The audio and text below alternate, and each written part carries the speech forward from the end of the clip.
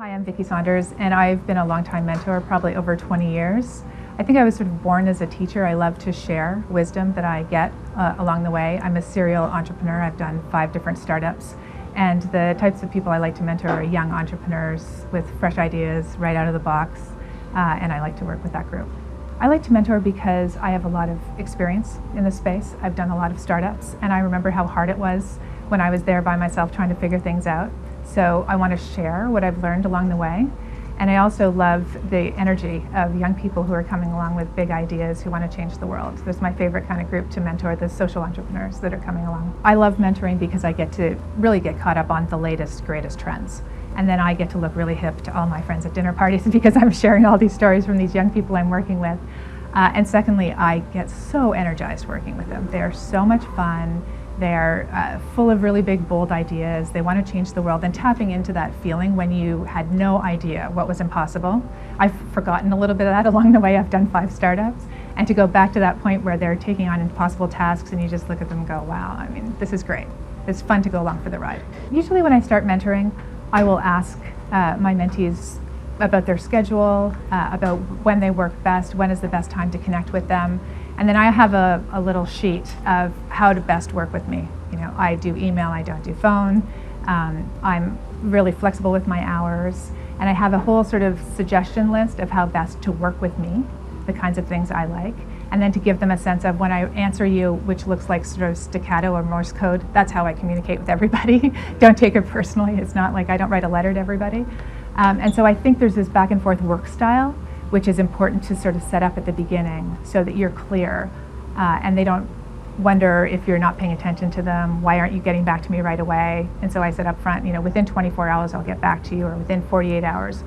Setting those rules, I think, is helpful, and it sort of sets up expectations at the beginning to have a good relationship.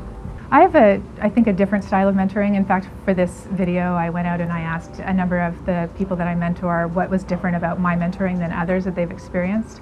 And one of the things is that I kind of look at the entire person, sort of the whole person first. So I look at physical, intellectual, mental, emotional, and try and get a sense of what they're really trying to do. I think a lot of times mentors sort of assume a lot about, oh, if you're running this business, you want to scale it, you want to grow, you want it to be really big, or you want it to be in multiple places across the country. And I start with, who are you?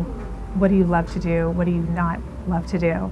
And get a real sense of them as a person. Then it helps me to give them better advice along the way. Some of the things that are really important for a mentor are to really care about bringing along the next generation.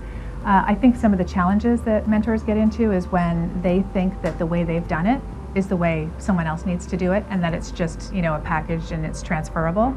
I actually think every individual is totally unique, and that you really have to kind of get to know them first.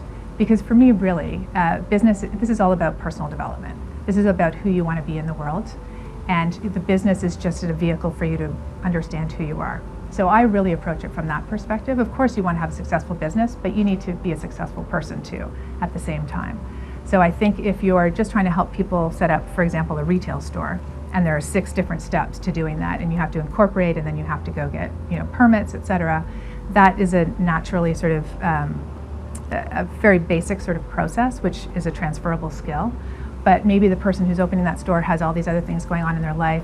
Maybe they don't have those 3 best skills that you did to do that, and they need to have a team to help them with that. You need to kind of get deeper and ask those questions in order to really help them be successful. The thing that I tend to coach people on the most and help people with the most is being bolder.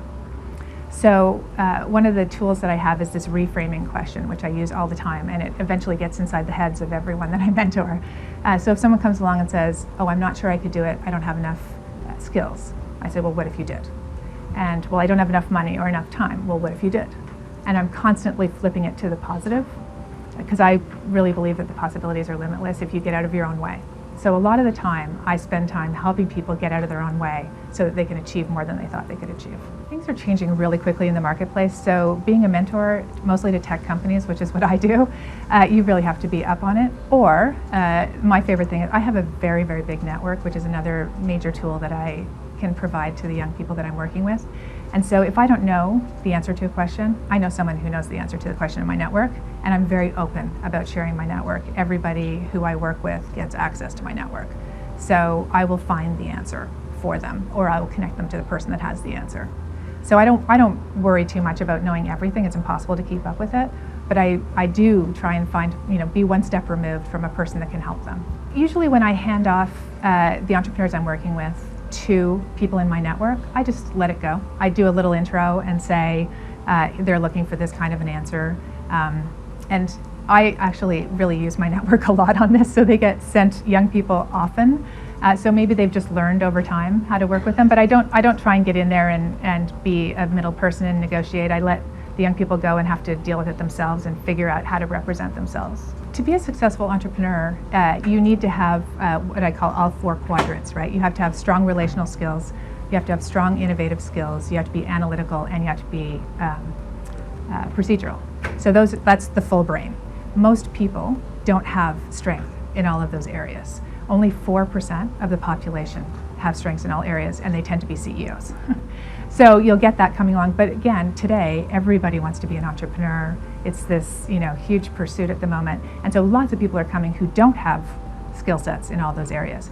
And so what I try to do is find out quite quickly, where is their mastery? But I think creativity is something that can be taught and nurtured, and I think innovation in the same way can be. But you can create environments where you set yourself up to be more innovative. So for example, when I'm working with some of the young people from the Next 36 program, which I'm a mentor for, I tend to bring them into my house and I bring a lot of my friends in, and we set up these events where they pitch their idea and they get all kinds of feedback from really, really diverse perspectives, which tends to bubble up new innovative ideas. So I think if you have more and more diversity around you, it's really, really helpful. I think it's really important for entrepreneurs to have mentors if they want them, because a mentor has generally been through it before. They have a sense of some of the challenges along the way.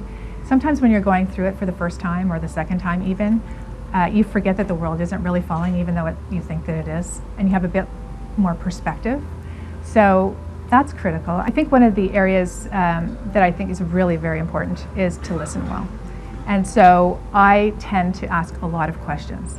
And one of my favorite things to think about as a framework, and to be useful for other mentors, is what is the ratio of questions you're asking to statements you're making? If you find yourself constantly, giving these big long sentences of this is what you need to do and then this is what you need to do next, I would sort of step back and think, maybe I need to be asking a few more questions. And this came up when I asked a number of my mentees what they liked most about me, and one of them was I ask these questions completely out of left field that sometimes floor them, because I'm listening and sensing what they're talking about. So I think asking questions is super, super critical. There's this constant shift between being attached and detached. It's a bit like parenting, really.